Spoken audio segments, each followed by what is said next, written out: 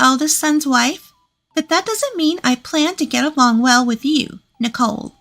I want to maintain a proper distance."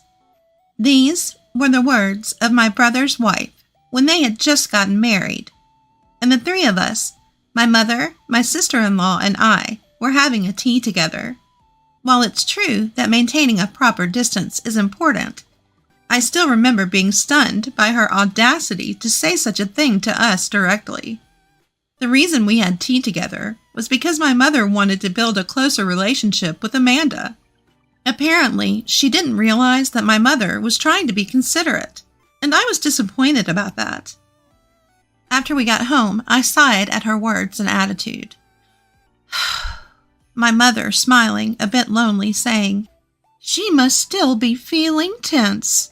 My name is Nicole. I'm a 33-year-old office worker. I've been living with my mother in our family home since my father passed away from illness 10 years ago.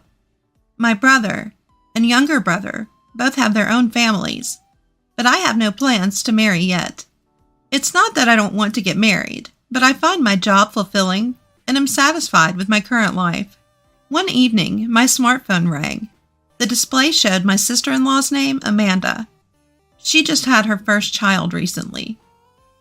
It was very unusual for her to call me. As I answered the call, she said, "It's been a while, Nicole. I just gave birth the other day, but I haven't heard anything from you. Normally, I would expect my sister-in-law to offer congratulations on the birth." I thought to myself, she hasn't changed a bit, as she began the conversation with such a blunt statement. She is the same age as me, and has been married to my brother for 7 years. My brother is head over heels for her. I would never say it out loud, but I have never liked her. She tends to make sarcastic remarks and has a nagging way of speaking. For some reason, she doesn't act this way towards my brother. "Amanda, it's been a while. I should have contacted you sooner. I apologize. Congratulations on your childbirth." I had been busy with work, and since my sister-in-law had just given birth, I thought she would be busy too, so I held back from reaching out, but that seemed to have backfired. However, in her case, it would be wise not to mention that. I had once apologized to her for something and used work as an excuse, only to receive an annoying response like, "Are you trying to show off how busy you are because I only work part-time? You don't have to brag about it." Of course, I had no intention of showing off. As I apologized sincerely, she snorted. "Well, whatever. You should come see the baby sometime soon. She's a cute little girl. You're enjoying your single life and working hard, so I'm expecting a nice baby shower gift from you." That's her real purpose, I thought, feeling disheartened. Although the baby is my adorable niece, and her birth is indeed something to celebrate, I couldn't help but wonder why my sister-in-law had to make such unnecessary remarks. I just wish she would let me offer my congratulations with genuine feelings in my own time. "All right, I'll come visit with my mother on a day that works for you." "Oh, please don't bring your mom. I'm not good with her. Besides, I already introduced her to the baby when we left the maternity ward. We even got the congratulatory money from her." I felt irritated by her words. What kind of attitude is that? It's as if she's saying there's no other reason to meet my mother other than for a celebratory gift. Besides, is it right for me to hear about how difficult her mother-in-law, my mom, is to deal with? "Ah, okay, I understand. Please let me know a convenient day, and sorry, but I need to go. I need to take my dinner break now." Amanda's insensitive remarks weren't anything new. But I didn't want to feel any more uncomfortable, so I just replied casually and hung up the phone. I felt very uneasy. Seeing me come down the stairs with a scowl, my mom, who was preparing dinner, tilted her head. I thanked her for the meal she served and told her about the conversation with Amanda. I was so upset, I had to vent to my mom. Well, that's too bad, but there will be plenty of opportunities to see the baby, my mom said nonchalantly, seemingly unfazed by Amanda's words. But it's been quite a while since she married my brother, and her attitude is just too much. Your anger on my behalf makes me happy. By the way, I couldn't give it to you the other day because I wasn't ready, but could you take this with you as well? Despite hearing my complaints, my mom still wanted to give an additional gift. I smiled bitterly at the wrapped present. Mom, you're really too kind. All right, I'll make sure to give it. It's a celebration for the baby, after all. My mom nodded with a smile. There's a lot to think about when it comes to my sister-in-law, but it's for my adorable niece. I decided to think of it that way. On the day I went to Amanda's house, I ran into my younger brother's wife, Emily, on the way. She was also invited to the house, just like me. Emily married my brother 4 years ago and quickly became pregnant and gave birth. She's currently pregnant with her second child. I might be rude to compare, but unlike my other sister-in-law, Emily is cheerful and honest, and she gets along well with my mom and me. When we arrived at Amanda's house, she greeted us with an unusually good mood. She led us into the living room, where the sleeping baby lay in a crib. The innocent sleeping face soothed my heart. We laughed together in hushed voices so as not to wake the baby, and took our seats on the sofa. After Emily handed over her gift, I followed by giving mine. Here are some blankets, toys, and this, a baby outfit that my mom made. She unwrapped the package containing the clothes my mother made. Upon examining the contents, she let out a heavy sigh. Handmade? That's worse than trash. Even though she's the grandmother to her eldest son's child, why does she give us such a cheap-looking gift? The other items aren't great either. I'm so disappointed in her. She carelessly threw my mother's handmade clothes on the floor, and my other sister-in-law quickly picked them up. That's so terrible. Our mother-in-law took her precious time making them and wrapping them so neatly. If you don't want them, I'd be more than happy to take them. My sister-in-law laughed dismissively at Emily's words. Ha ha ha ha ha! Really? If you want them that badly, go ahead. Her tone was blatantly condescending. If you think they're worth keeping, please do. I'm sure my mother would be happy too. At my words, my other sister-in-law's face lit up. I'm so happy. These are like high-end brand clothes. When the baby is born, I'll dress them in these. I can't wait. Her innocent joy was somehow comforting. If my mother were here, she would probably say the same thing. Wait, what do you mean by high-end brand? She seemed utterly confused. After the 3 of us siblings became independent, my mother started selling her handmade crafts online, using her skills in sewing and other hobbies. Compared to when she started, her work is now considered a high-end handmade brand due to the quality of materials and design. The handmade aspect makes them rare and valuable, and she even received collaboration requests from luxury brands. Amanda had no interest in me or my mother, and kept her interactions to a minimum, so she was unaware of this.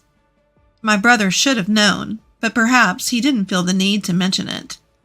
After I finished explaining, she said, I never heard about that. Wait, that changes things.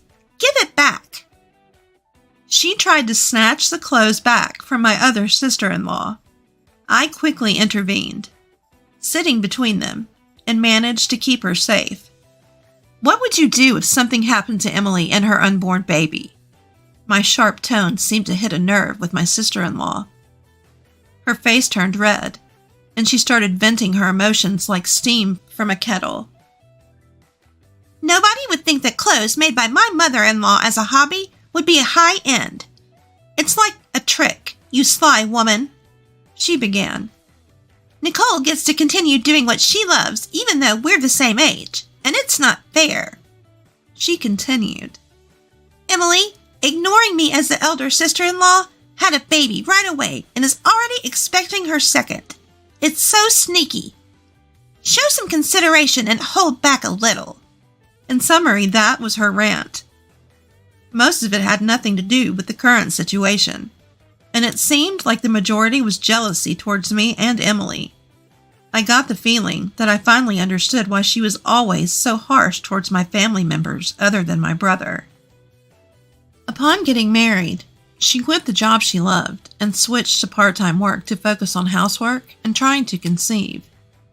In the midst of that, she may have harbored resentment towards me for having the freedom to work and my other sister-in-law for her quick pregnancies. But that's a separate issue. It doesn't mean she can say whatever she wants or destroy someone's heartfelt gift, whether it's high-end or not. Amanda's emotions exploded, and she started crying loudly, which caused the baby to cry as well. As Emily, who was worried about the baby, tried to approach, Amanda restrained her, yelling, "Don't touch my child!" Emily and I were at a loss for what to do when my brother came home from work. Seeing his wife and baby crying in this strange situation, my brother's face contorts. What happened? Well, as I explained the situation to my brother, who picked up the crying baby to soothe it, he apologized to Emily and me. I'm sorry. Amanda might be a bit neurotic from her first time parenting. Emily, I'm sorry to trouble you when you're pregnant. Are you feeling okay? His concern for Emily's well-being seemed to upset his wife even more, and she yelled at him. Don't flirt with someone else's husband when you're pregnant! My brother scolded her, saying, Stop it! But his wife just whimpered and started crying again. I'll handle it, so you two don't worry and go home. I'm sorry things turned out like this, even though Amanda invited you over. As my brother looked apologetic, we left their house. Outside, the sun was starting to set, and it was getting dark. I wonder if Amanda's all right. I understand how she feels since I was tense during my first pregnancy, and it was tough mentally. On the way home, despite having been verbally abused, I still worried about Amanda. My mom and Emily are such kind-hearted people. At least it doesn't seem like she was hurt by the harsh words, which makes me feel a bit relieved. Don't worry, my brother's there, so everything will be fine. As I tried to cheer her up, a smile finally returned to her face. A few hours later, after dinner, I returned to my room and picked up my phone to find multiple missed calls from my sister-in-law, Amanda. Yikes! At this point, I had a bad feeling.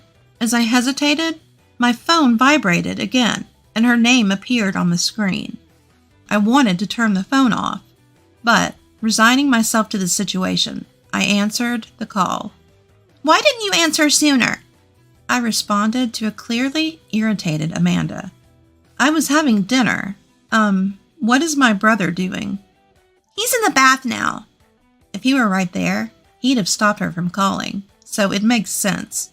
My brother takes long baths, so she probably wanted to complain about something while he was not around. Even though I have an idea of what's going on, I asked her, So, what can I do for you?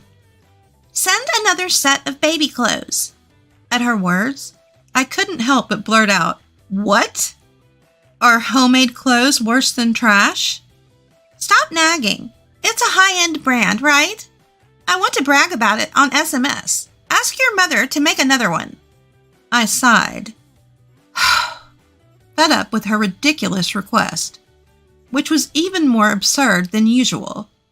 I wasn't expecting her to apologize, but this was too much. As I was at a loss for words, she became even more aggressive. What's with the sigh? Emily says. I've already gotten mine, and everyone else. Really? From her tone, I could tell she had called my other sister-in-law before me. She probably claimed the clothes as her own and tried to snatch them, not realizing how absurd her words and actions were I couldn't help but burst out laughing. Shame on you, Amanda. Throwing my mother's heartfelt gift on the floor, calling it worse than trash, then flipping your attitude when you find out it's a high-end brand. Aren't you embarrassed as an adult? If you really want it, apologize to my mother and ask her yourself. I had never been harsh with Amanda before, all because I was considerate of my mother and brother. But I'd reached my limit. My mother knew the whole story about giving the baby clothes to Emily. I don't like the idea that she thinks she can get them by just asking me. She should bow her head and ask for it herself once in a while. So you're saying all those mean things because it's about my child? Her voice was shaking after hearing my true feelings. It has nothing to do with that. I denied it, but she fell silent, and I could hear her sobbing on the other end of the line. She seemed to be quite sensitive when it came to being criticized herself. Everyone is so cold. I finally gave birth to a baby, and nobody's pampering me. I'm blocked by Emily, ridiculed by you, and my husband won't even take my side. In the end, only David is on my side. A sudden mention of an unfamiliar name made me doubt my own ears. I was shocked to hear that even gentle Emily had blocked her. But she must have said something terrible to her on the phone. Wait, who's David? At my question, she gasped, realizing that she had let something slip. She seemed to be panicking. As I waited for her to say something, I heard my brother's voice asking, "What's going on?" He must have just gotten out of the bath. She was startled too, and she stammered, No, that's not. David is just an online friend. You're misunderstanding things." I didn't know what the misunderstanding was, but my sister-in-law was desperately making excuses. I suddenly heard my brother's voice as he took over the call and took the phone away from her. "You're talking to Nicole. Sorry, Nicole, but I need to talk to her for a moment." His voice was lower and angrier than usual. I agreed and hung up the phone. It's probably going to be a stormy situation from now on. Later, my brother came to our house to report that he was getting a divorce. First, he apologized for his wife's treatment of our mother's handmade clothes as trash. Amanda felt belittled when she received handmade gifts as presents. This is ironic, considering how she always looked down on Emily, my mother, and me. After the phone call, my brother confronted his wife about the mysterious David. While my brother was busy at work, she met David online and eventually cheated with him in person. Amanda confessed everything. She tried to justify it as a mistake made out of loneliness, but that excuse doesn't hold water. I knew my brother was trying to adjust his work to support his wife's parenting and spend more time with the family, so thinking about his feelings was heartbreaking. Even my usually mild-mannered mother showed her anger toward Amanda. They're going to do a DNA test on the baby just in case. I never imagined that a simple visit to deliver a baby gift would have escalated to this point. In the end, the DNA test disproved the parent-child relationship between my brother and the baby. My brother received a large amount of compensation from his wife and her cheater, and the divorce was finalized. She was dumped by her lover as well, and now she'll likely work day and night. I'm relieved to hear that the baby will be raised by her sensible grandparents, not Amanda. 3 years have passed. My mother's handmade clothes and accessories are still loved by many. Emily and I are, of course, longtime fans. I got married last year and am now pregnant. My mother is already excitedly planning the baby's clothes. My brother, who was deeply hurt by my sister-in-law incident, recently found a new girlfriend. I sincerely hope that he will find true happiness this time.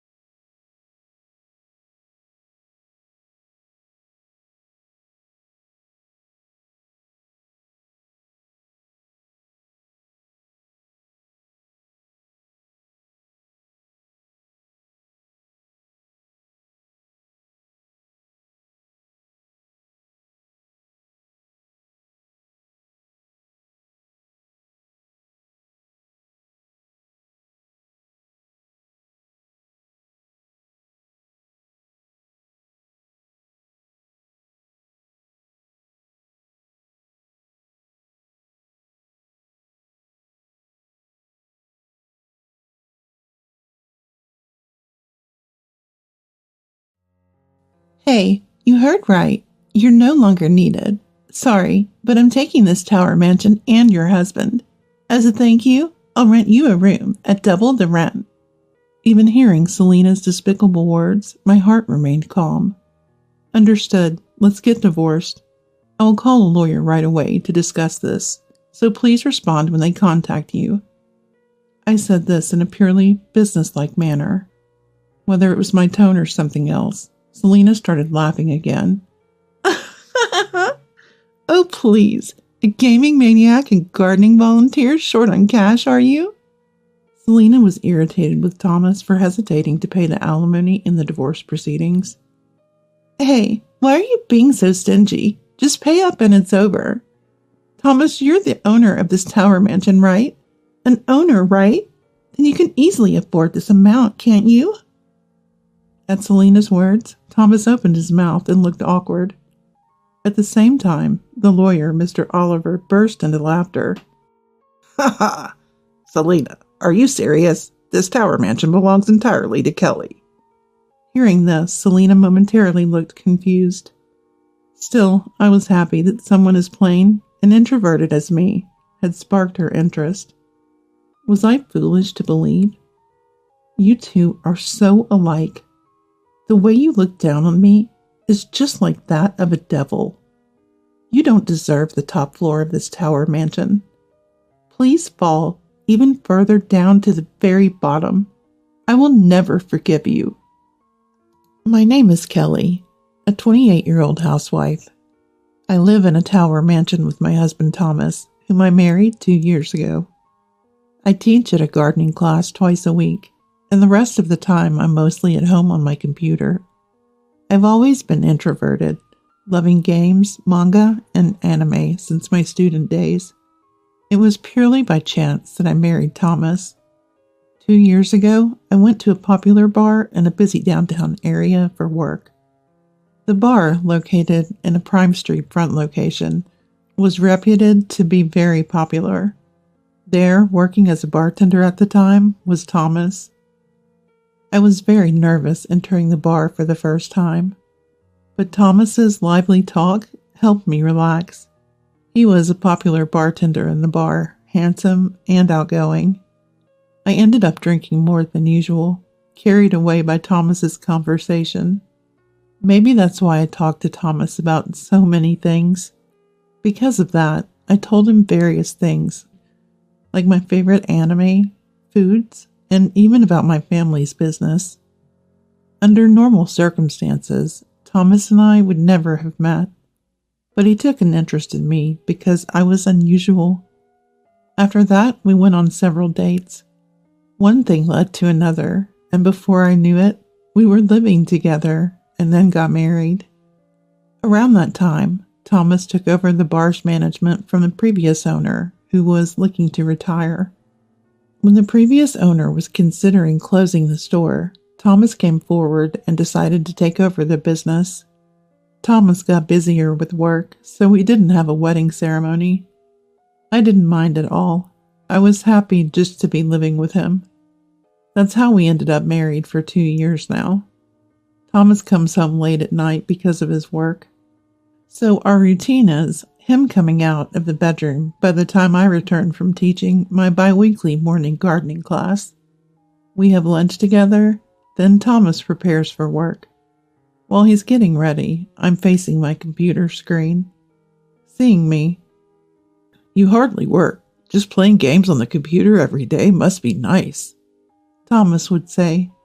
But I counter, "I have told you before, it's not just play. This is work too."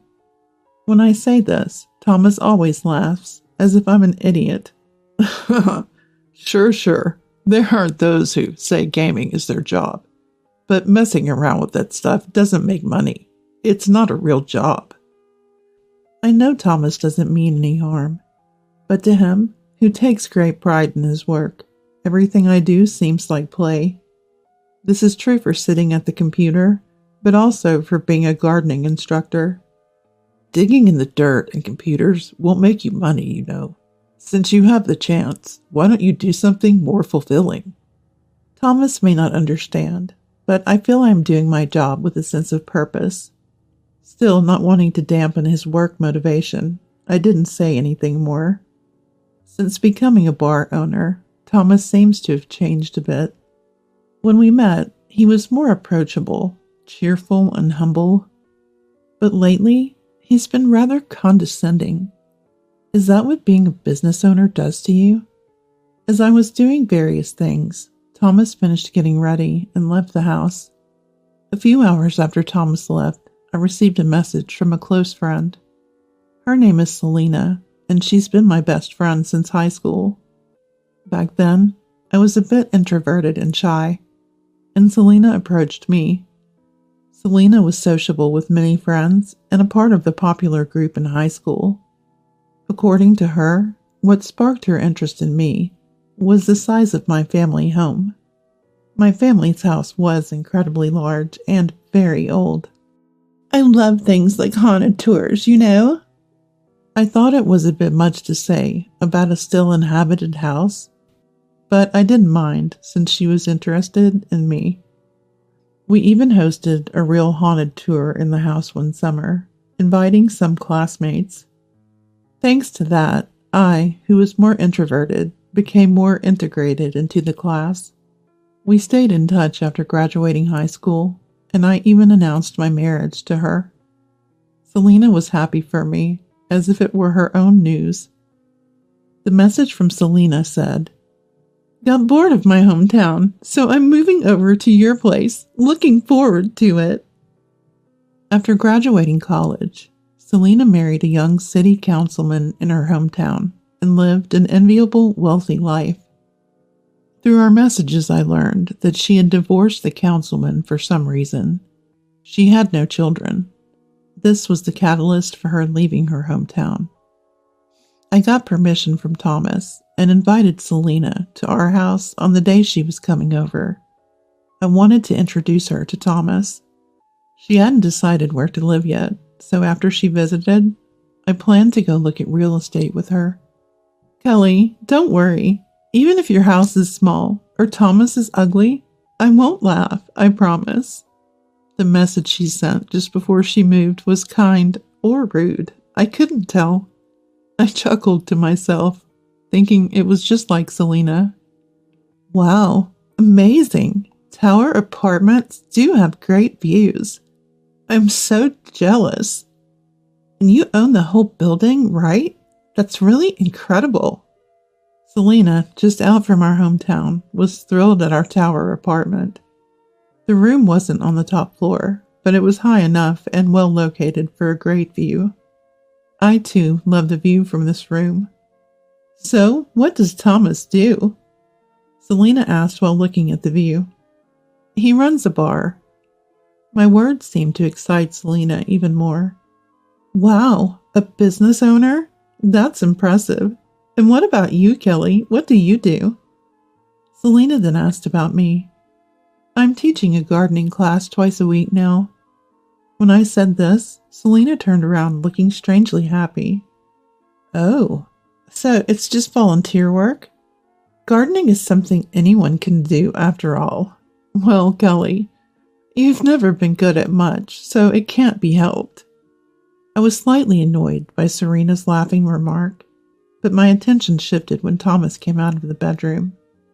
"Selena, that's right. Kelly can't do much, but spends all day playing games on the computer," Thomas said as he sat down on the sofa. Seeing this, Selena quickly moved from the window to the sofa and sat near Thomas. "Nice to meet you, Thomas. Wow, you're much more handsome than I thought. I can't believe Kelly landed such a handsome husband. You know, Kelly has always been into games and anime since high school. I'm surprised she hasn't changed at all." Selena, with Thomas right in front of her, noticeably raised her voice's tone. It's a behavior pattern I've seen often from her since high school, when she meets a guy she likes. "I was surprised, too, to find Kelly has such a cute and stylish friend. I thought she'd bring someone plain, but here you are, so adorable."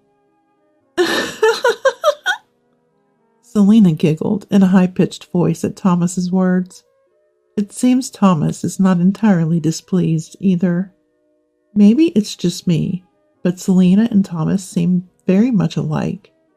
Their conversation seems fun, but there's malice in their words. The one giving malice might not realize it, but the receiver is sensitive. In this case, they both seem to share me as their target of malice. Ignoring my presence, Selena and Thomas are engrossed in their conversation.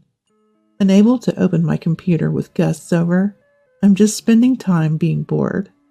Eventually, their conversation shifts to Thomas's bar. Thomas, you run a bar, right? That's amazing. I'm interested in management too, so I really admire you. Pleased by Selena praising herself, Thomas seemed in a good mood. Then how about coming to my bar later? I'll treat you for your moving in. Somehow, it was decided that Selena would go to Thomas's bar. The plan was to look for Selena's place with a realtor after this. Selena, as if forgetting the promise, agreed to Thomas's suggestion. Really? I'm so happy. I couldn't let Selena, just out of town, go to a night bar alone. I tried to go with them, but Thomas stopped me. You don't need to come. You have your teaching job early tomorrow, right? Don't worry, I'll take good care of Selena. Leaving Selena's suitcase in the living room, Thomas took her to his bar. At the entrance when leaving, it seemed like Selena gave me a malicious smile. Am I just being overly suspicious? Just negative thinking? In my experience, bad premonitions always come true. In the end, Thomas and Selena didn't come back until morning. When I returned from the gardening class, Selena was sleeping on the living room sofa. Thomas, emerging from the bedroom, said Selena drank a lot last night. She got drunk and fell asleep in the bar, so he reluctantly let her stay there. Selena's had a hard life, getting married young and all. It's a big difference from you, who does nothing but play games every day. Thomas said this and went off to his bar again. In the evening, when I asked Selena about finding a place, "Don't worry, I found a place I can live. I'm moving there today, so relax, okay?" I wondered when she found it. But true to her word, Selena moved out with her suitcase that day. For a few days, I sent messages worried about Selena's life, but her replies were brief and indifferent. Casually checking Selena's SNS, I saw photos of her visiting Thomas's bar. Apparently, she had been going to his bar alone frequently. One day, Thomas said, "Selena's going to work at my bar. She helped with the dishes on a busy weekend. It was a huge help, so I'm going to have her help out from now on." Since the day I met Thomas, I never went to his bar. He told me not to come. He didn't want people he personally knew in his personal space. Yet Selena is allowed to go and even work at Thomas's bar? I can't help but feel unsettled. Lately, Thomas and Selena have been getting uncomfortably close. Even if they get along, I think there's something wrong with Selena getting close to a friend's husband. It's been a month since Selena started working at Thomas's bar. Thomas seems to be going to work a bit earlier than usual. The bar's been getting busier again, so there's a lot to prepare for. That's what Thomas said. I offered, "Do you need help if it's that busy?" But Thomas vehemently refused. No, you can't come. You know that building area has become dangerous recently, right? It would be terrible if something happened to you." His tone was clearly evasive, but I didn't argue and let it go. Probably he's just enjoying working with Selena too much. I no longer trusted Thomas or Selena. That day, unusually, Selena came to our house. Her clothing had transformed into something much more luxurious than when she first left her hometown. "Leaving my hometown was the right choice. There's so much excitement here every day, and Thomas is here too." Selena sat on the living room sofa, looking at me with a nasty smirk. Then sighing, she said, How did someone like you even marry Thomas? He runs a bar and owns this wonderful tower mansion. Someone introverted and obsessed with games like you doesn't deserve such happiness. Listening to Selena, I was convinced these were her true feelings. She's always been like that. Sociable, bright, and friendly, but she never tolerates others being in a better position than her. Even in high school, she might have resented me living in a bigger house than anyone else. That's why she labeled my house with a haunted tour, to attach a negative image. When she married the city councilman, she acted superior to all our classmates. It wouldn't be an exaggeration to say she married him just to hold that superior attitude. Now she resents me for having a husband who's a business owner and owning a tower mansion. I can feel her aura saying, "Don't you dare be happier than me." Kelly, have you looked at yourself in the mirror? Your clothes and appearance are terrible and drab. It's embarrassing. Selena laughed loudly as she said this. I just silently looked at her face. Seemingly annoyed by my silence, she stopped laughing and said with a scornful look, "I'll be clear, since playing ignorant is disgusting, Thomas and I are dating. He always comes back to my room after work. You wouldn't know because you're blissfully asleep. By the way, my room is on the top floor of this mansion. Thomas arranged it for me. Being the owner of a tower mansion, he spares no expense." I was speechless at Selena's words. I had a hunch about Selena and Thomas's affair. What shocked me was that Selena was using the top floor of this mansion. As I was about to retort to Selena's triumphant smirk, Thomas came out of the bedroom. He seemed a bit surprised to see Selena in the living room, but quickly regained his composure and sat beside her. "Thomas, I heard everything from Selena about your relationship. Is it true you let Selena use the top floor here? Weren't we supposed to move there if we had children?" I asked Thomas as calmly as possible. Scratching his head, as if just waking up, Thomas replied lazily, "It's fine, isn't it? We're not using it anyway. Besides, us having kids? That's impossible. I can't even think of making kids with you. Stop talking about creepy stuff." If this was Thomas's answer, our future was decided. I can't stay with Thomas any longer. Understood. So, Thomas, you've decided to spend your life with Selena? And Selena, you're okay with this? I asked them one last time. Selena nodded affirmatively, as if it was obvious, and Thomas, embracing her shoulder, said, "Need to confirm that? I'll live with Selena. You're no longer needed." Thomas, too, spoke to me with a disdainful look, similar to Selena's. Nothing they say could affect my heart anymore. Selena, thrilled to have beaten me, kept grinning. Then ostentatiously, she wrapped her arms around Thomas's body. "Hey, you heard right. You're no longer needed here. Sorry, but I'm taking this tower mansion and the husband. As a thank you, I'll rent you a room for double the rent." Even hearing Selena's worst possible words, my heart remained calm. Maybe when anger reaches its peak, people become unusually calm. Understood. Let's get a divorce. I will call a lawyer and arrange for a discussion, so please respond when contacted. I said this in a very businesslike manner. Maybe my way of speaking struck Selena as funny, as she started laughing again. "Aw, the gaming maniac and gardening volunteer is struggling for money, huh? Planning to sue us for alimony in the divorce? Thomas, we should pay her, right? Kelly needs to live after all." Thomas agreed with a yeah and embraced Selena. They were already in their own world. Watching them made my skin crawl, so I left the place. And while they were at the bar, I packed my things and left. Thomas married me because I drunkenly talked about my family's land ownership, right? because he knew my family was among the top landowners in my hometown. Selena was the same.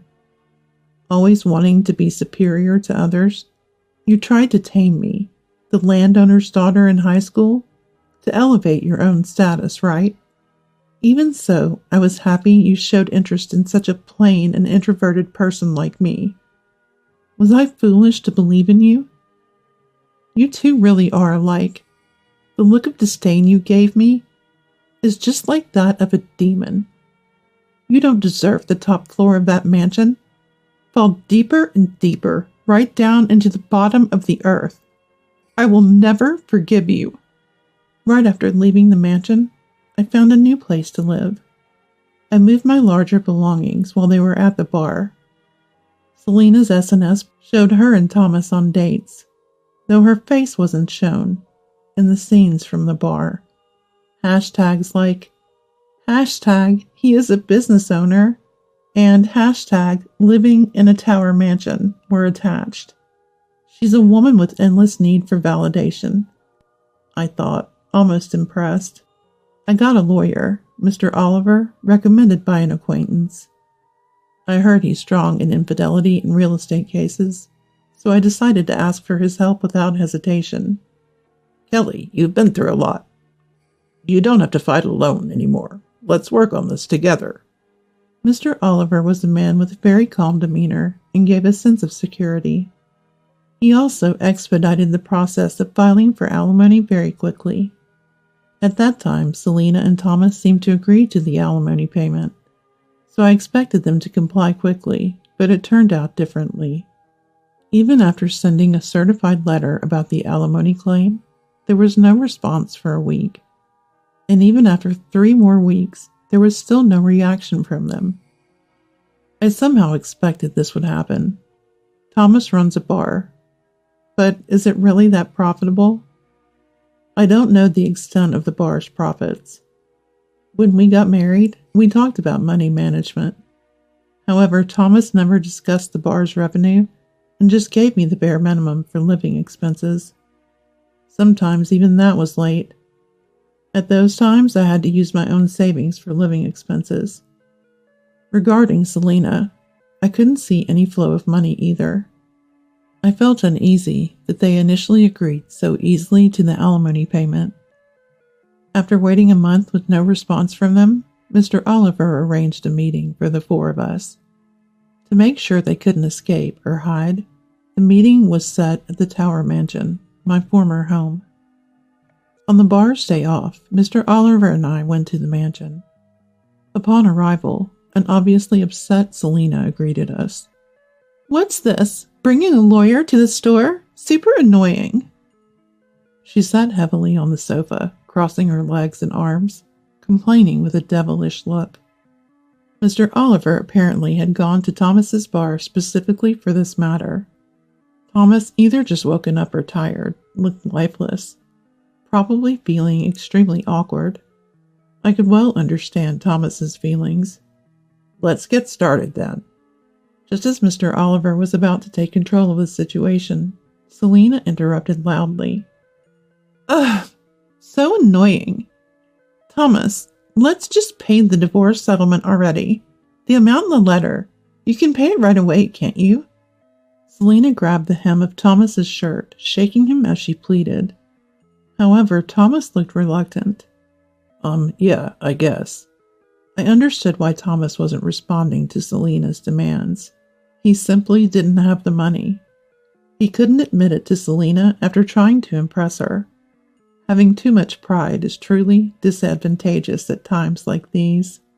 Selena couldn't hide her irritation at Thomas's indecisiveness. "Come on, why are you hesitating? Just pay it and it'll all be over. You're the owner of this Tower Mansion, aren't you? As the owner, you can surely afford this amount." At Selena's words, Thomas opened his mouth with an awkward expression. At the same time, Mr. Oliver laughed out loud. Selena, do you really believe that? This Tower Mansion belongs entirely to Kelly." Hearing this, Selena looked confused for a moment. "Huh? Kelly? Why Kelly? Thomas owns this entire Tower Mansion, right? That's why you gave me the top floor, right? Thomas, you told me you're the owner. Did you lie? Selena aggressively confronted Thomas, who replied hesitantly. No, it's not a lie. I mean, Kelly's mansion is mine too, right? I am the husband after all. At Thomas's words, Selena's face fell in despair. It was typical of Thomas to say something like that to impress a woman. Indeed, this tower mansion is mine. I inherited this important real estate from my great-grandfather. My family is a landowner, not just in our hometown. Even if you are the husband, it's not yours. Well, we're getting divorced anyway, so it's a moot point, right? At my words, Selena and even Thomas began to look desperate. So shall we proceed? As per the certified letter I sent earlier, I will claim the divorce settlement from you. What about this room and the top floor? Will you continue living here? If so, the rent for this room is $4,000, and the top floor is $7,000. Please make sure to pay it monthly.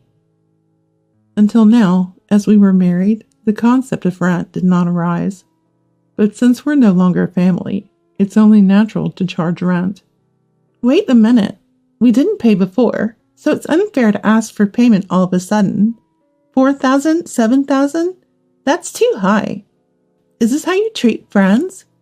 I was surprised to hear Selena use the word friend. It's very funny. Quite ironic, considering she took a husband from her so-called friend.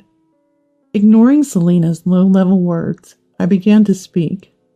Also, you have to pay rent for the building where Thomas's bar is located. It's in a prime location downtown, much more than the rent of this tower mansion. I'll assess it soon and send you the bill. Wait for it. Thomas's face turned pale, and Selena's expression twisted further. Selena might not have known, but Thomas's bar building is also owned by Kelly. Kelly owns about 6 buildings and apartments in this area. Until now, I hadn't charged Thomas tenant fees because he was my husband. That's why he could operate with some financial ease. But that's over now. You both mocked me for playing games all day, but that wasn't a game. It's a simulation system developed by our company. It calculates the best locations and layouts considering people's flow, population, logistics, and even feng shui. I said it wasn't a game, but you never believed me. I've been interested in real estate since high school, due to my family business. With years of experience and foresight, I'm now known as a bit of a real estate mogul. By the way, just asking, what's your total asset value? Selena asked hesitantly, clinging to Thomas's arm.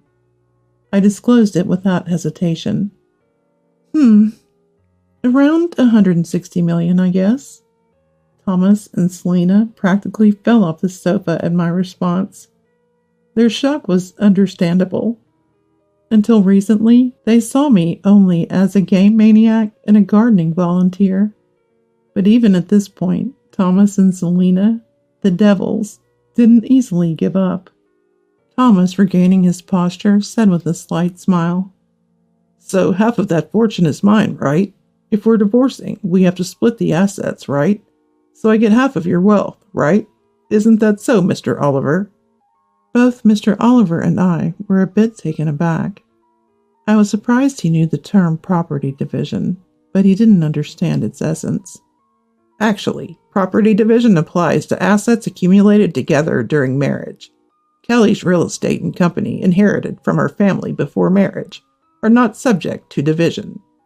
Mr. Oliver explained. Thomas looked downcast at this, but he still tried another angle.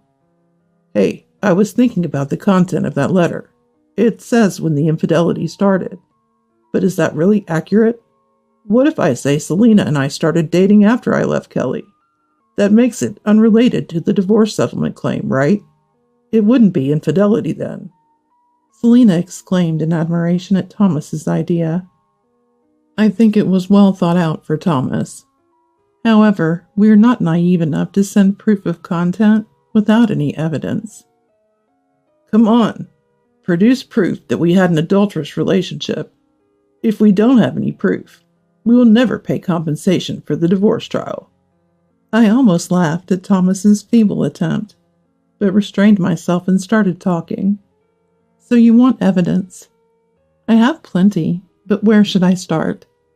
First, there's the audio recording of Selena loudly declaring her relationship with you when she came to my house.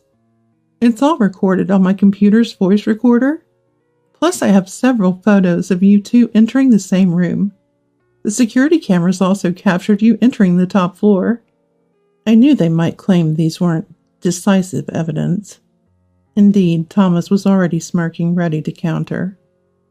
Oh, speaking of security cameras, I installed new ones in the building where your bar is. There was a blind spot in the corridor, so I put one there. Thomas reacted strongly to this, clearly upset. What? You can't just put up security cameras like that. It's useless to film blind spots. Remove them. No, I'll remove them. He went from laughing to red-faced with anger. He's a really busy man. What's wrong with installing security cameras in my own building? Besides, Thomas, you once told me not to come to the bar because that building is dangerous. If I hear that, of course, as the owner, I'll put cameras in the blind spots. Thomas seemed resigned at this point. There was no need to show the footage. He knew what it contained. When I checked in advance, I could clearly see Thomas and Selena huddled together in the blind spot of the building.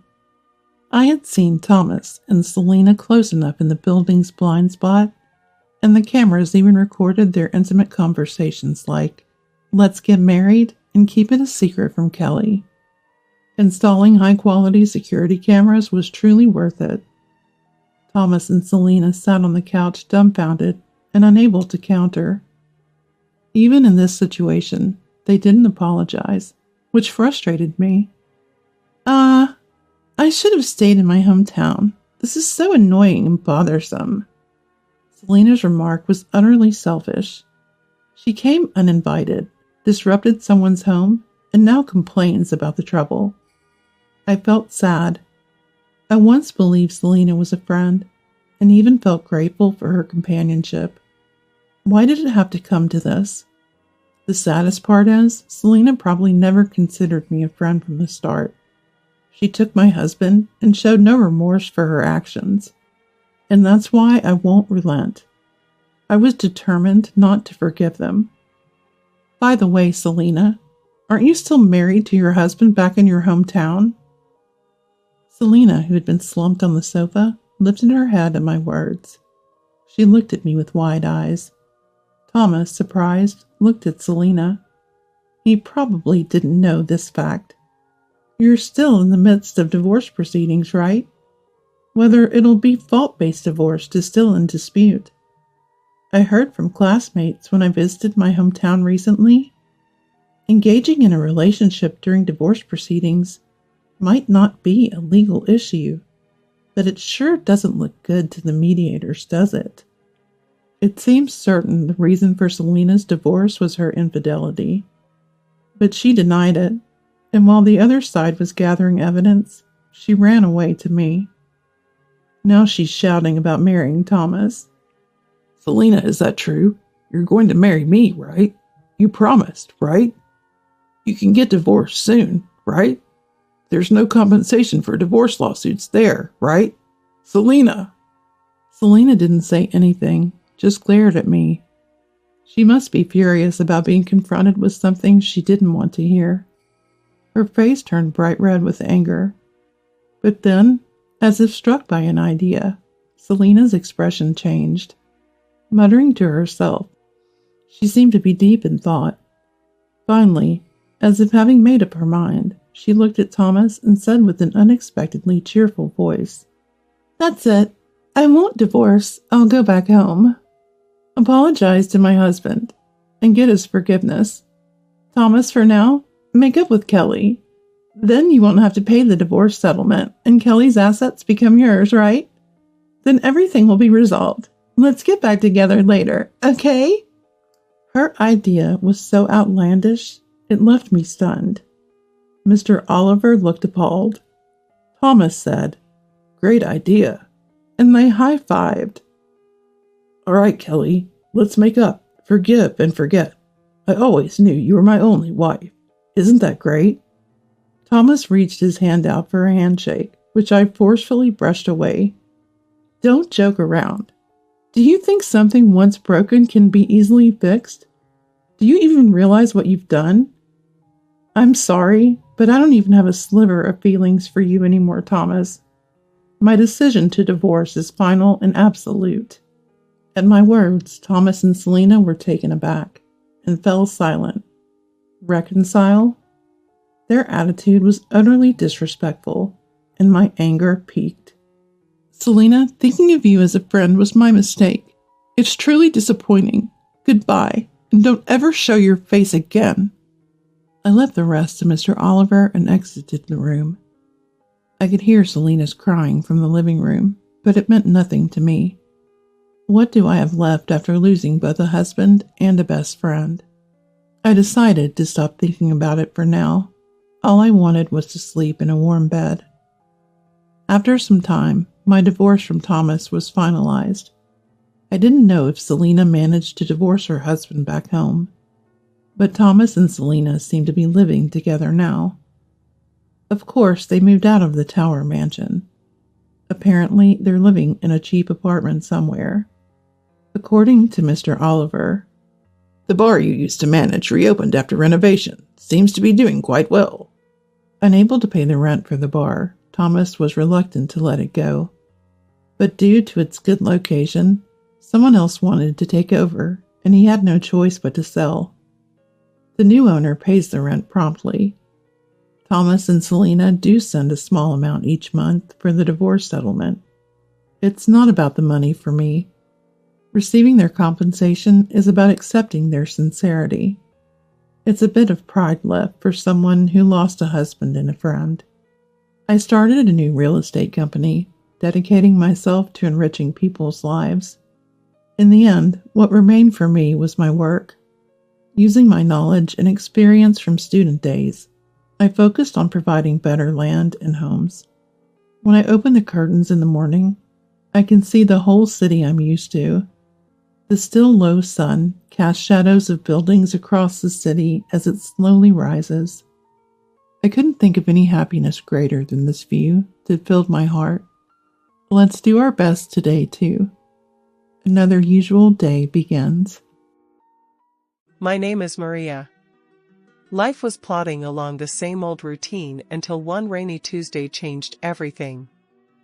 I was holed up in a cozy corner of Joe's cafe, nursing a hot coffee and trying to shake off the chill. The rain was relentless, and I hoped it would wash away the funk I was in after a tough critique in my fashion design class. The bell above the cafe door jangled, and in came this guy, soaked from head to toe.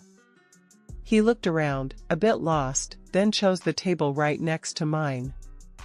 There was something about him that was hard to ignore, even though I usually kept to myself. He caught me staring, and instead of looking away, he grinned. "Rough day, huh? Mind if I sit here?" "Go ahead, it's free," I said, trying not to sound too interested. He pulled out a chair, sat down with a sigh, and extended his hand. "I'm James. And you are?" "Maria." I shook his hand, noting his firm grip. "So, Maria, always this quiet in here?" he asked, looking around the nearly empty cafe. "Usually. Keeps the nosy folks at bay," I replied, raising an eyebrow. He chuckled. "Well, you could do worse. But seriously, what brings you here on a day like this?"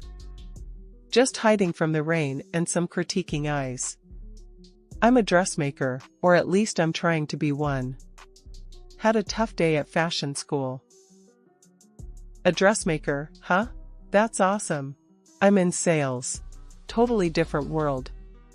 But hey, we've all got our battles, right?" "Right," I nodded. His easy demeanor was a welcome change from the usual stress I faced. We ordered another round of coffee, and the conversation flowed as easily as the rain outside. We talked about everything from our jobs to our dreams. James wanted to make it big in sales, always chasing the next big deal. "What about you, Maria?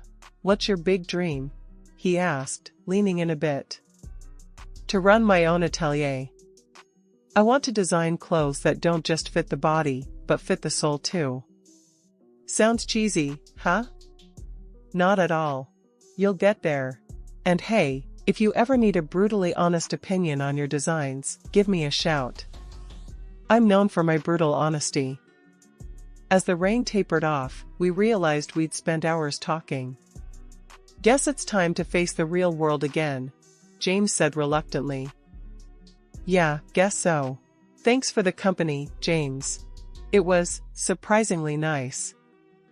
"Same here, Maria. Here's my number. Text me about those designs, or if you just want to escape another critique session," he said, scribbling on a napkin. James and we didn't waste any time. We knew we had something special, and before a year had ticked by, we were planning a wedding. It was nothing fancy, just close friends and family in a little chapel downtown. After we got married, things started moving even faster. We found a small apartment, big enough for two, and soon enough, it needed to be big enough for three. Lily came along, and suddenly my dreams of running my own atelier didn't seem so distant. "James, can you believe we're doing this? A family, my atelier, it's all happening," I said to him one night as we sat surrounded by sketches and fabric samples. James was sprawled on the sofa, papers scattered around him, looking every bit the part of a tired sales manager. "It's a lot, Maria. But hey, we're making it happen, right? Just gotta keep pushing." Opening the atelier wasn't smooth sailing. Money was tight, and James's income was hit or miss, depending on the month. But I was determined. I started taking custom orders, sewing late into the night while James would try and pick up extra shifts. It was a grind, but a shared one. "Hey, babe, these electric bills are killing us. Maybe cut back on the late nights?" James would say, half joking, but knowing full well the lights were on for a reason. I'd shoot back, a bit sharper than intended. "Sure, and maybe you could stop buying those fancy suits?" James would raise an eyebrow, then grin. Ouch. Low blow. But fair enough. We both gotta make some sacrifices, huh? Exactly. If we tighten up now, think of where we could be in a few years, I'd respond, softening. I knew he was trying, but so was I, hard. As the atelier began to gain a bit of traction, my relationship with James saw more strain. We were both hustling, but our ideas of hustle looked pretty different. James loved his designer labels, a habit that didn't die with marriage or fatherhood. It was one of those constant nags at the back of my mind, gnawing away. "You buying another watch? Really, James?" I'd snap after seeing a new box on our dresser. "It's not a big deal, Maria. It was on sale." He'd defend himself, his tone defensive. "A sale? We need a new sewing machine. That's what we need on sale," I'd retort, frustration bubbling over. These spats became more frequent. They said money problems could break a marriage, and now I understood why. But every time I looked at Lily or walked into my atelier, I felt the fight in me burn brighter. I wasn't just building a business, I was building a future, our daughter's future. As the months rolled by, the atelier started to become what I had dreamed. Orders were coming in, clients were happy, and my little corner of the world was thriving. Life at the atelier was booming, but at home, things were starting to fray around the edges. Lily was growing up fast, already a teenager with her own ideas and attitudes about the world. She wasn't the little girl who used to play with fabric scraps on the floor of my studio anymore. Now, she seemed more interested in her phone and what her friends were doing. One evening, I overheard her talking on the phone. "My mom? Yeah, she's just a dressmaker. It's kinda old-fashioned, you know? Not really cool. Hearing her say that stung more than I wanted to admit. The next day, I tried to talk to her about it. Lily, I heard you talking about my job last night. Does it really embarrass you that I'm a dressmaker? She shrugged, avoiding my eyes. It's just, all my friends' parents have normal jobs, and it's not cool, Mom. Normal jobs? Lily, what I do is a profession. It's how we manage to live comfortably. Don't you think that's important? I was trying to keep my voice even, but it was hard not to feel hurt. Whatever, Mom. It's just how I feel. She walked away, her words hanging heavy between us. James's spending habits didn't help matters. Every month, there seemed to be new charges for clothes or gadgets he didn't need. James, we talked about this. We need to save, not spend. Especially on things we don't need. Come on, Maria, I work hard. I should be able to enjoy the fruits of my labor. It's not like I'm blowing through our savings. He brushed off my concerns with a wave of his hand. But it's not just about you, or even us. It's about Lily, about her future. We need to be thinking long term. My voice was rising, frustration boiling over. All right. I get it. I'll cut back. James's reply was quick, an attempt to end the conversation more than a promise to change. Then there were the moments with Lily that felt like trying to talk to a stranger. Lily, you used to love coming to the atelier. Don't you want to help me out anymore? I asked her one Saturday morning, hoping to reconnect. Mom, that was when I was a kid. I'm not interested in that stuff anymore. She barely looked up from her phone. I sighed, feeling the rejection. You know, I built all this for us, for our family. I thought you'd be proud. Mom, it's just not my thing, okay? Her tone was dismissive, and it felt like a door slamming shut. One day, scrolling through Lily's phone while she was doing homework, I stumbled across a photo that made me pause. It was Lily and an unfamiliar young woman, both smiling at the camera. Lily, who's this with you in the picture? She glanced over, her expression shifting to discomfort. Oh, that's just my friend's mom. But it didn't stop there. Lily started spending more time with James, often out of the house. Meanwhile, I buried myself in work, barely seeing them. I noticed more photos popping up on social media, Lily, James, and the same woman at various events and beautiful places. It became a pattern, this mysterious woman always there, smiling alongside my family while I was left out, sewing away into the night. Coming home that night felt different. The house was too quiet, and a sinking feeling hit me as soon as I turned the key in the lock. I called out, expecting to hear James or Lily, but there was no response. My heart thudded painfully in my chest as I stepped further inside. The living room light was on. I rounded the corner and stopped dead in my tracks. There, on our sofa, sat James and a woman, the same woman from the pictures. James, what is this? What's going on? My voice came out sharper and louder than I intended. James didn't even have the decency to stand up. He just looked at me, cold and distant. Maria, this is Helen. She's moving in. We need you to move out.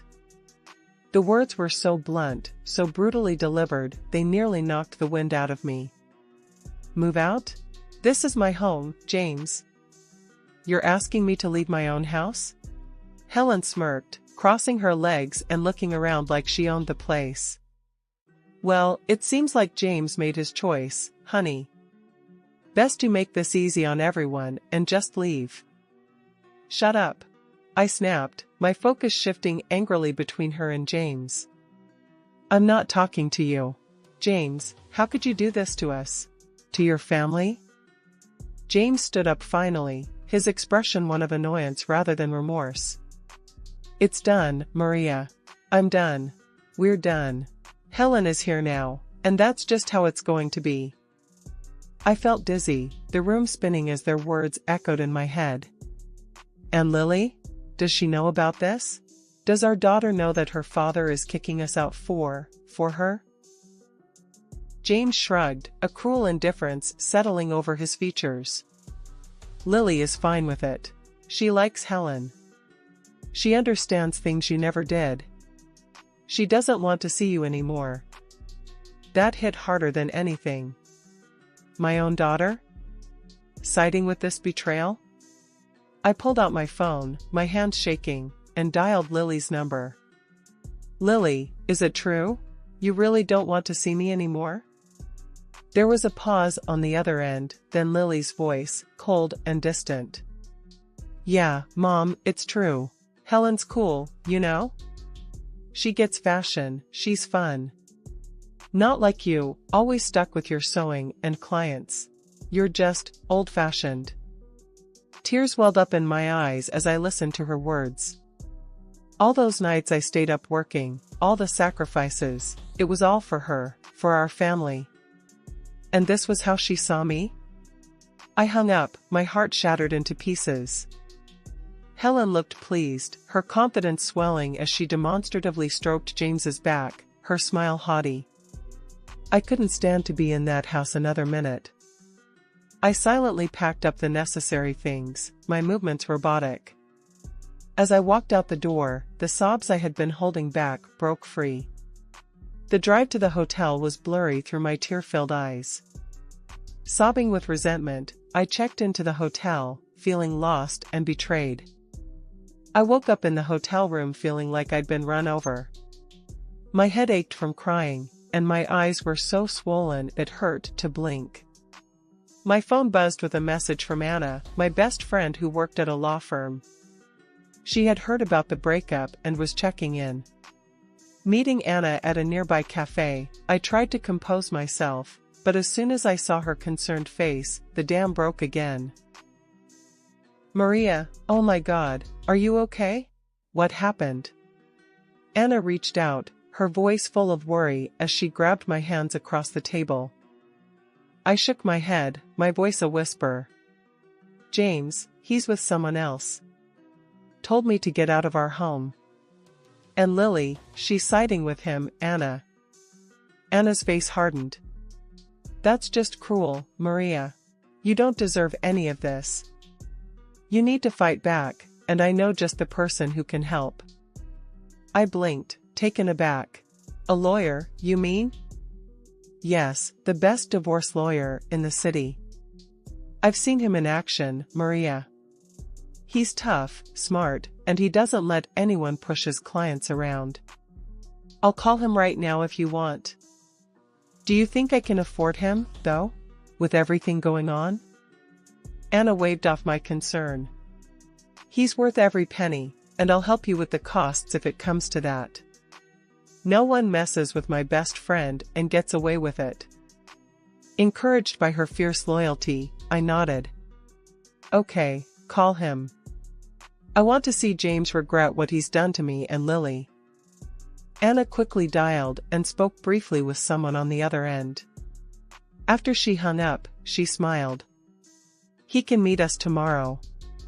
He said to bring anything that might help your case. The next day, meeting the lawyer felt like stepping into a new chapter.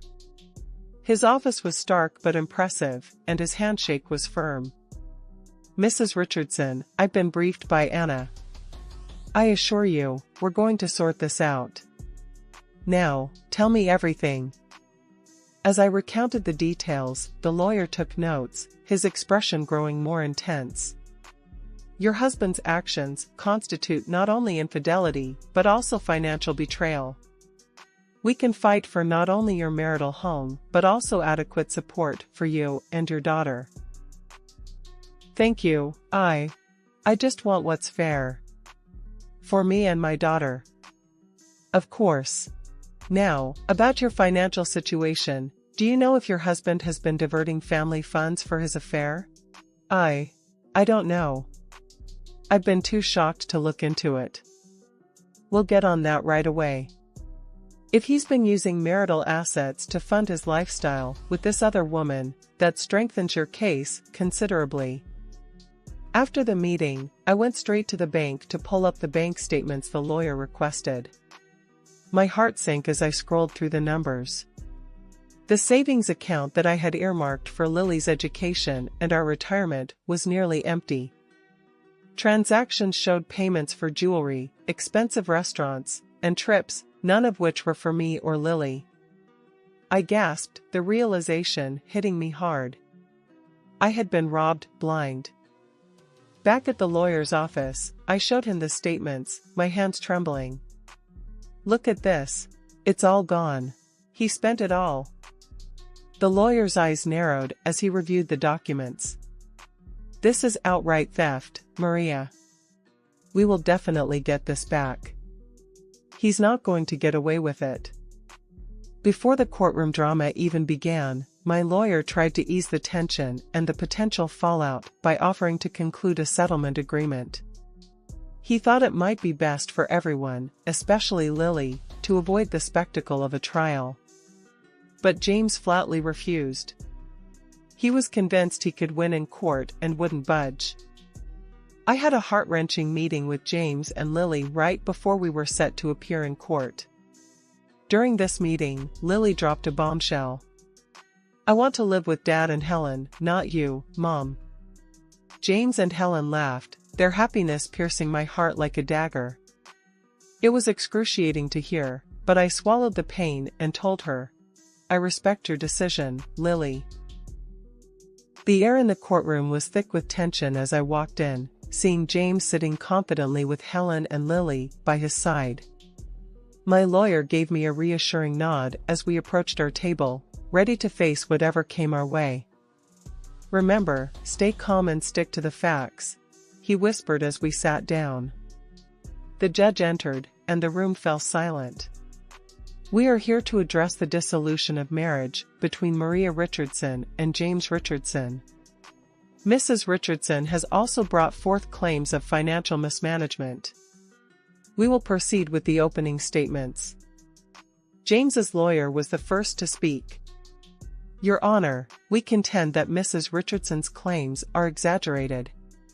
My client has been a good husband and father, and any financial issues were mutual decisions. We seek a fair division of assets and primary custody of their daughter for Mr. Richardson. His words made my blood boil, but I kept my face neutral. My lawyer stood, his voice clear and commanding.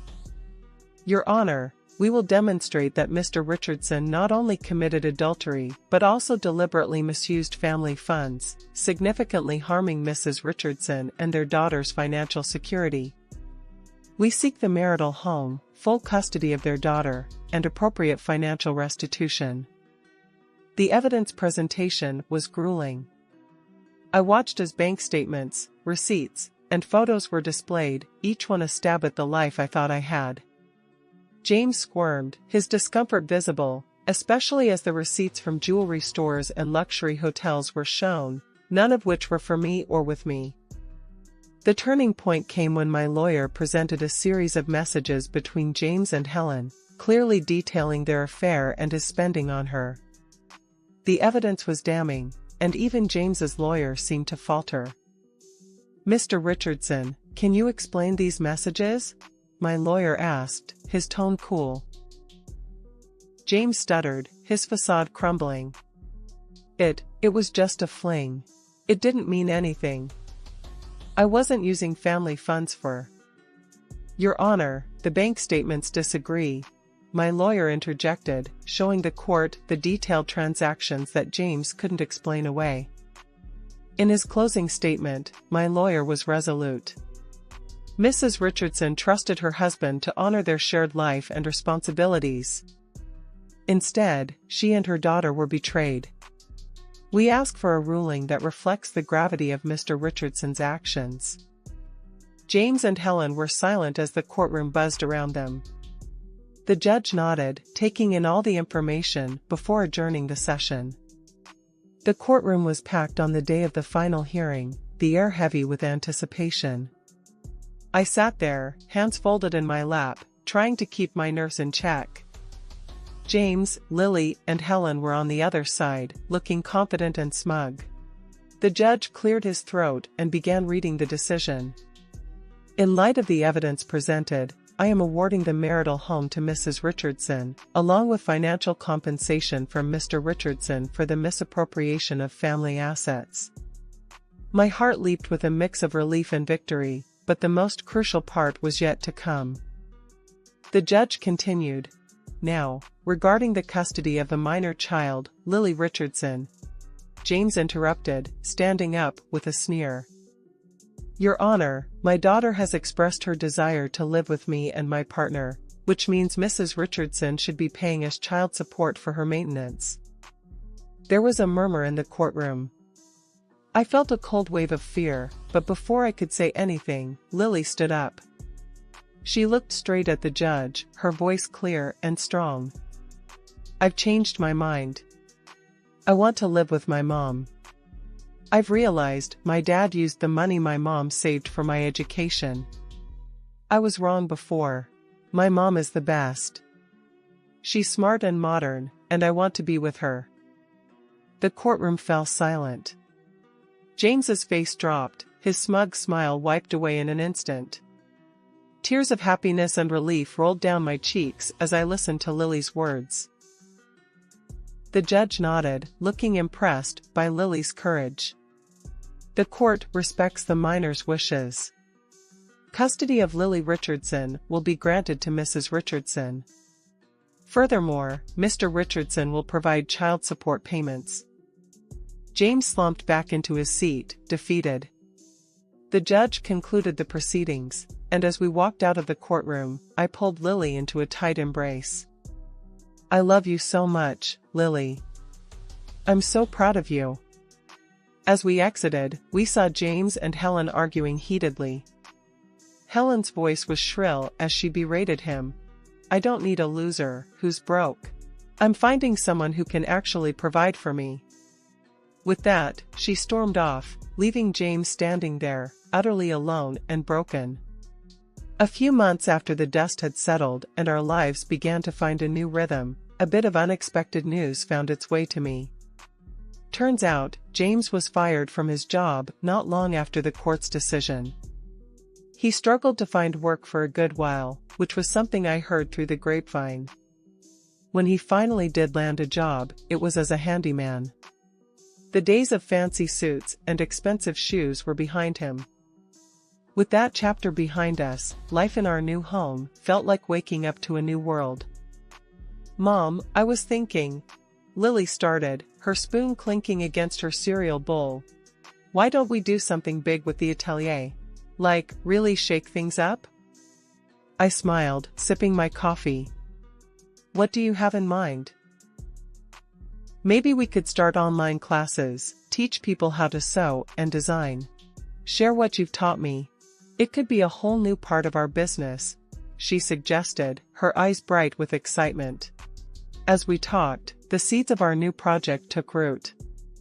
We spent the weekend mapping out our ideas, turning the atelier into a buzzing hub of creativity and innovation. The next few months were a whirlwind. We launched our website, and the response was overwhelmingly positive. People from all over signed up for classes, eager to learn from us. The sense of community was palpable, even through the screen. Our lives had settled into a comfortable rhythm, filled with fabric swatches and video tutorials. The atelier was thriving, and so were we. But something was still missing, and I knew exactly what it was. One sunny afternoon, I broached the subject with Lily. How would you feel about moving to a bigger place? Somewhere with more space for both our home and the business? Lily's eyes lit up. Really? Could we? I've been saving up, and with the business doing well, I think it's the perfect time. We could use a fresh start, don't you think? Absolutely, Mom. Let's do it. She agreed without hesitation. So, we began house hunting, eventually finding a charming little house in the suburbs, with plenty of room for both our living quarters and a spacious new atelier. Moving day was a flurry of boxes and laughter, the excitement palpable as we set up our new home. The house quickly filled with new memories, every room echoing with our laughter and dreams. The atelier, now twice the size of our old one, became a local hub for aspiring designers and hobbyists alike. Looking out over our new beginning, I knew we had finally found our place in the world. It wasn't just about surviving, it was about thriving, about making each day count. Why don't we go to my parents' house for New Year's? My husband's words were the catalyst for everything. It was also the start of the end. Susan is my name. I am a 35-year-old housewife. My husband Ben and I had the same job and got married. I left the company right after giving birth to our beloved daughter Emily. I visited my husband's parents for the first time when she was 6 years old. Hey, isn't dinner ready yet? My mother-in-law's voice echoes. Mother, yes, almost. I respond while busily working. My mother-in-law lets out a long sigh. You're a complete slacker. How can you put up with a wife like this, Ben? Yeah, other people's wives are more quick with everything, but absolutely not her. What? I thought. Oh my goodness, you're just sitting there watching TV.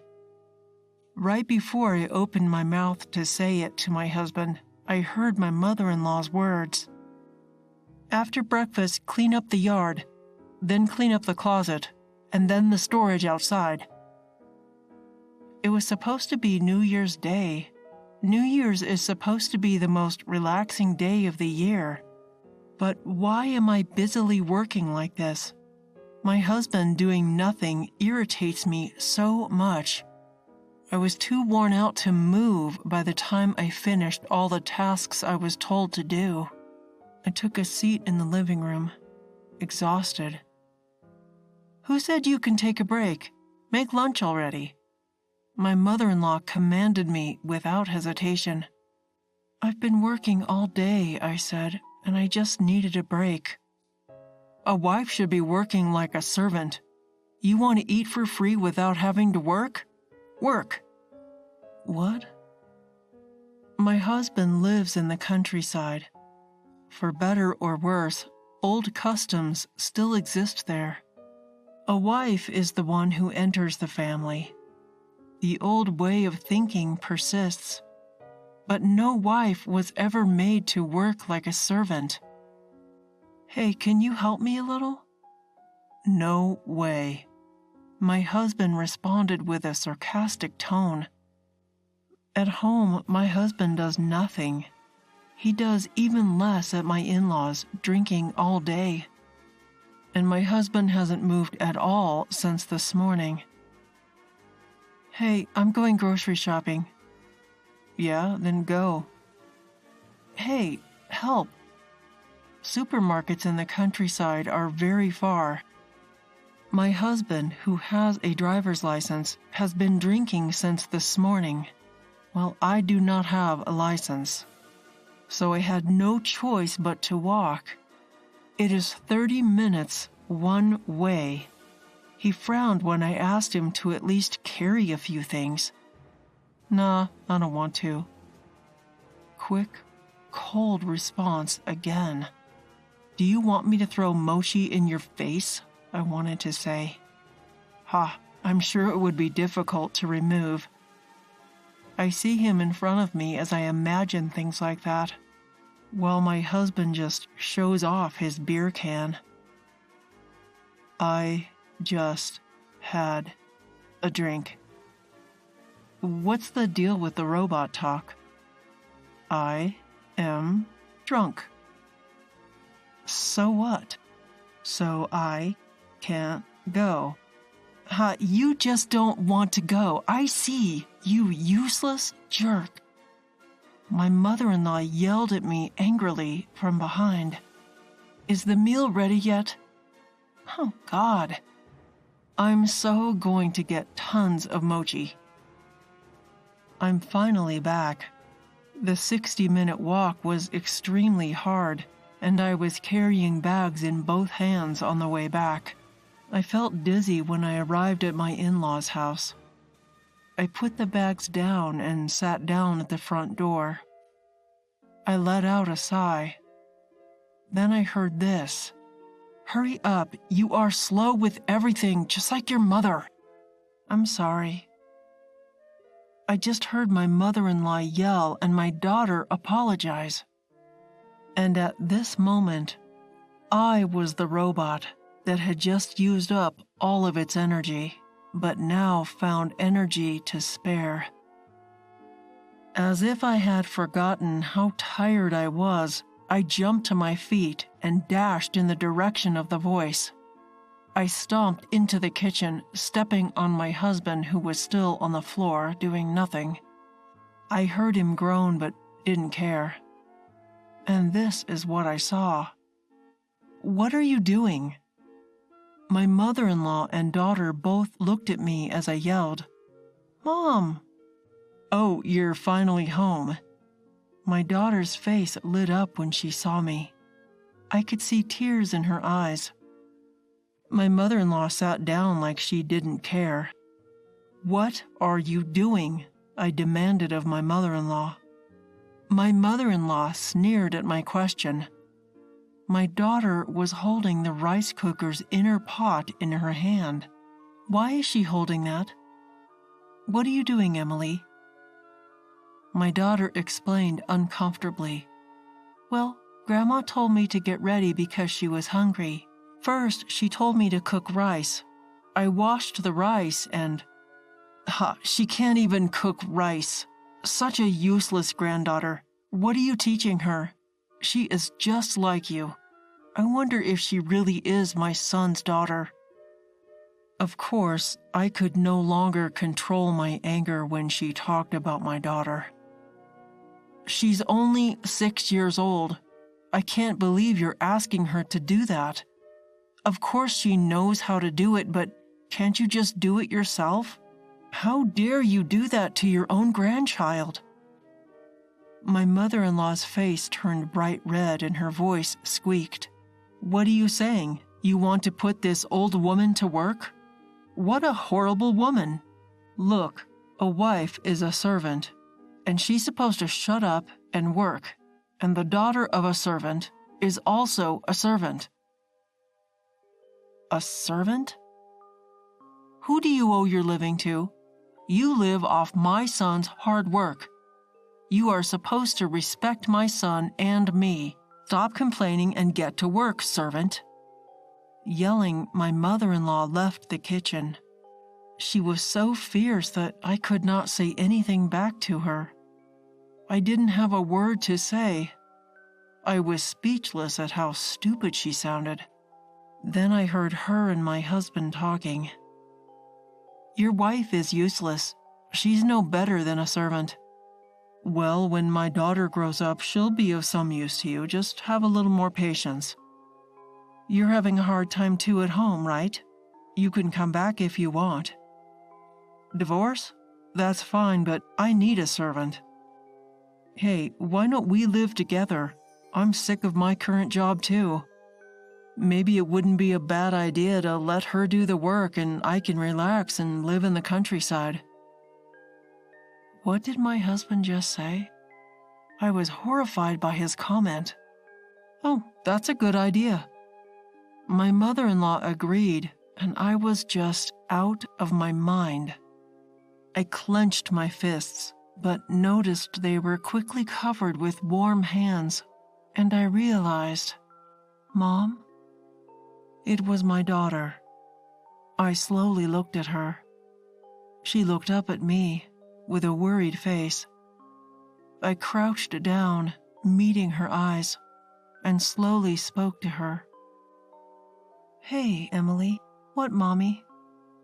Do you like Daddy?"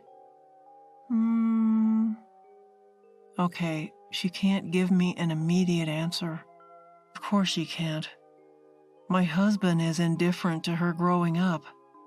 When he comes home from work, he doesn't even talk to my daughter. He sits on the couch and watches TV, or he's on his phone. On weekends, he goes out drinking and comes home late. After COVID, he drinks a lot at home. The hangover the next day is a regular occurrence. On holidays, he either stays home doing nothing or goes out with friends. Very few times we went out as a family. I mean, when was the last time we went out together? This family trip to the in-laws is the first trip we had together in years. I am sure my husband doesn't even know which class my daughter is in kindergarten. He doesn't know what she likes and what she doesn't like. He is not interested in what my daughter wants to be in the future. He probably doesn't even know that she'll be in elementary school next year. She can't say she loves her father. Of course she can't. I asked her again, "Well then, do you like your grandmother?" "No." Well, this time it was an immediate answer. I laughed. I thought to myself, well, yeah, if she yells at her like that. Then she said something unexpected. "Because she bullies you, Mom. It's New Year's Day and you haven't had a chance to relax at all. She's always telling you to do this and that. Grandma is so cruel." Wow, children are watching things. Well, I guess they can tell when I'm always being ordered around like that. Smiling, I asked her the important thing. "Emily, do you want to live with your grandmother?" She shook her head. "Do you want your father?" "No." That was a wonderful, immediate answer, and I decided the next day. I went out with my daughter in the morning. By the time we got back to my in-laws' house, it was dark outside. When I entered the house, my mother-in-law and husband were waiting for me, looking annoyed. They said, "You're finally home? What have you been up to?" "Yeah, some stuff." I avoided my husband's question. Seeing me like that, my mother-in-law said to me, "Ha, young wives these days. I'm hungry, servant. Where's my food and tea?" My mother-in-law acting like commander-in-chief. I silently served them both tea. My husband tried to pick up the teacup, but I quickly snatched it away from him. "What? What the hell?" My husband was shocked. Then I poured the tea on his head. "Whoa, what are you doing?" "Don't worry, it's already cooled down." "That's not the point. Hey, what the heck? Stop!" Avoiding my husband's reach, I put the cup down. "What the hell are you doing? You are a servant." My mother-in-law had a furious expression. "Shut up. I'm not your servant," I yelled back angrily. My mother-in-law tried to stand up and yell at me. I interrupted her. "What? A son's wife is not a servant. I'll tell you if you didn't know. I am not a servant." My mother-in-law was unable to say anything back to me, so I continued. She was so shocked she couldn't get a word out of her mouth. I glared at her, and then I moved my face closer to her. "Ah!" My mother-in-law screamed.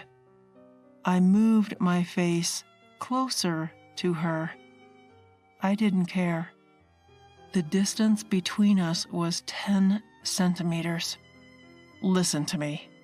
There is no system in the world that allows you to use a wife as much as you want. I will protect my family, but I will not be your servant. What? I am your husband's mother. I am your family, so protect me and do as I tell you. Are you crazy? If I was a real servant, I wouldn't be your family. How are you my family when you're just commanding? I calmly replied to my mother-in-law. My mother-in-law's face, which had been pale blue earlier, was now bright red. How dare you talk to me like that? You were talking to me like that too. Why can't I just talk like that to you? I am your mother. Ha! Stop saying stupid things. I had been holding back. I had been holding back so much until now, but I couldn't do it anymore. There is a limit to everything, and the attitude of my mother-in-law and husband finally broke down my wall of patience. And what do you think your grandchild is, a servant? You treat your grandchild as a servant? Stop messing around with me. I moved my face even closer to hers, and her face turned blue again. It was like a traffic light. What a weak woman you are. She had been so bossy, but just one little counterattack makes her like this? So surprised by her weakness, I scoffed and turned away from her. My mother-in-law, still with a blue face, was shaking a little. I turned my attention to the other person. Now you. Yes? So shameful how he answers like this. I glared at him. What have you been doing while our daughter was being treated like a servant? I was on my phone. And was drinking beer. Drinking beer while your daughter and wife were treated like servants. What a great life you have. I'm sorry. You think you just have to apologize? Ah! I yelled at him with a devilish look on my face, and he screamed pitifully. He ran away and hid behind his mother. What are you doing? My head began to ache. Forget it, just fill this out. What is this? My husband, who had been hiding behind his mother, slowly came out. It was like a turtle and a baby turtle. When he noticed what the paper in my hand was, his face immediately went blank. Divorce papers? What? We are divorcing, so I'll never come here again. At my words, my mother-in-law said, What? My husband also said, What?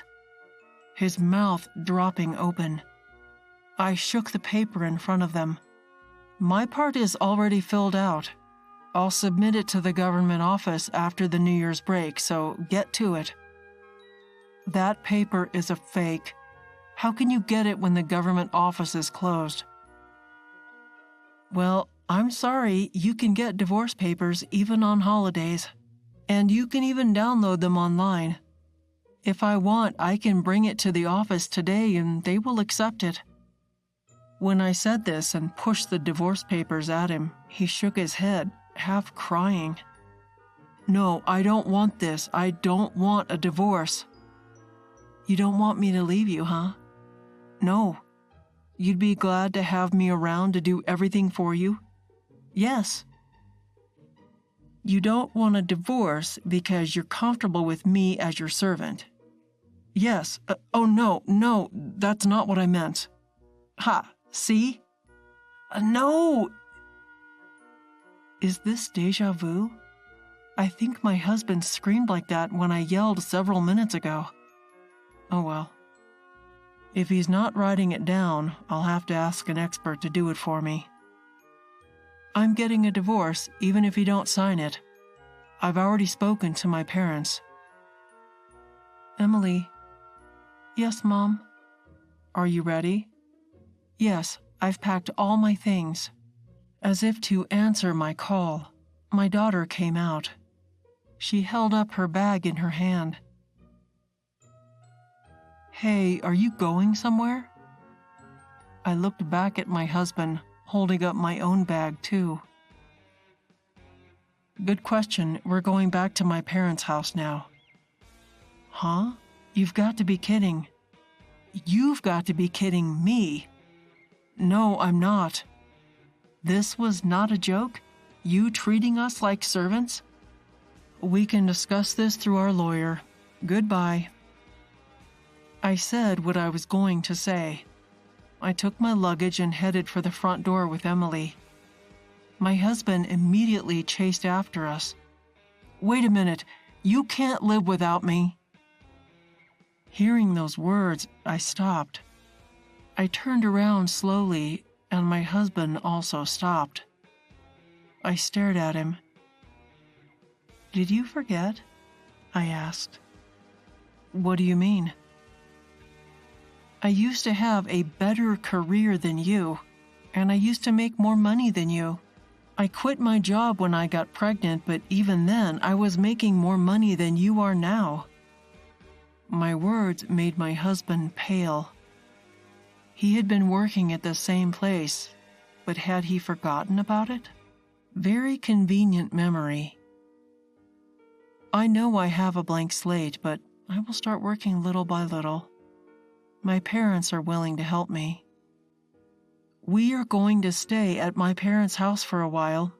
I will go back to work little by little. Even if I don't make as much money as I used to, I'll probably manage. No, I'll make it work. Seeing how determined I was, my husband was already half crying. I'm sorry, I can change. Please don't divorce me. You had so many chances to change your mind, but you were the one who threw them away. It's too late for regrets. Saying this, I put my hand on the front door. Then, wait, my mother-in-law, who had remained silent until then, called out to me. What is it? I turned around, annoyed, and saw my mother-in-law there with a troubled look on her face. My mother-in-law exclaimed, What happens to my meals? I don't care, I yelled, and we left my in-laws' house. Then my daughter and I went to my parents' house. My parents welcomed us with smiles. Well, well, well. Rough start to the new year. My mother urged us to warm up by the heater. My daughter was relieved and started peeling tangerines.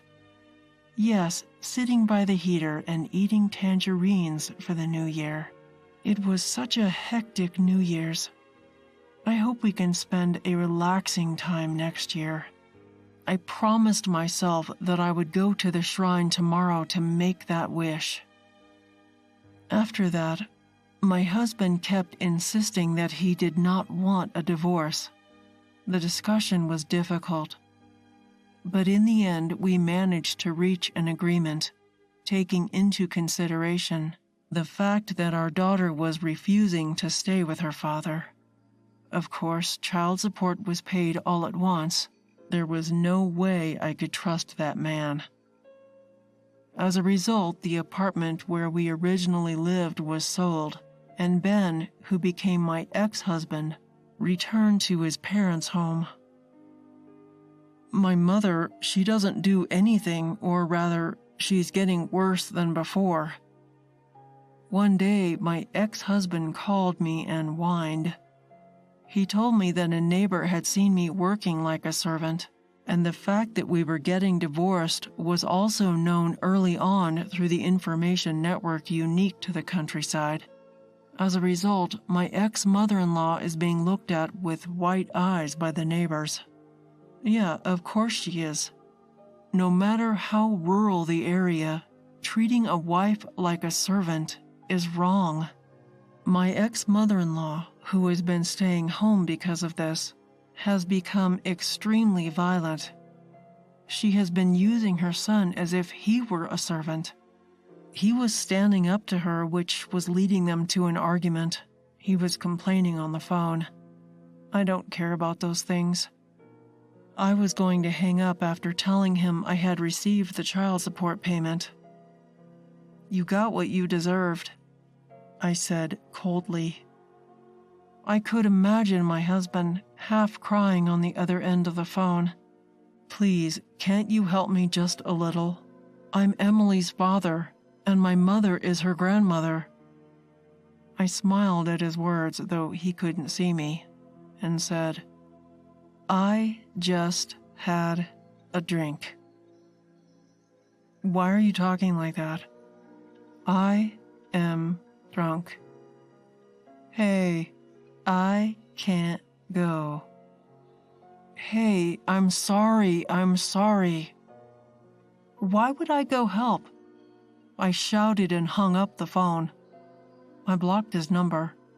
Good fortune comes to those who laugh. For a while after that, I couldn't stop laughing.